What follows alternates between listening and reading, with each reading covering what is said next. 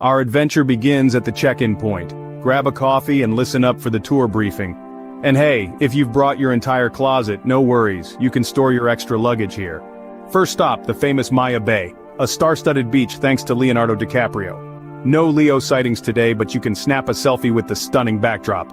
Ready for snorkeling? Dive in and say hello to the vibrant marine life.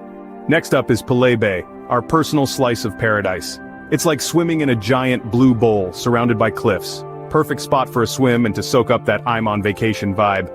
As we pass by Viking Cave, let's unravel some mysteries. Why can't we enter? What's with the birds? Our guide has all the deets on this intriguing spot. Monkey business alert. At Monkey Beach, watch these playful creatures. They might just hop onto our boat for a closer look. Remember, no monkeying around with these locals. Time to stretch your legs at Phi Phi Dawn. Pick a local eatery for lunch.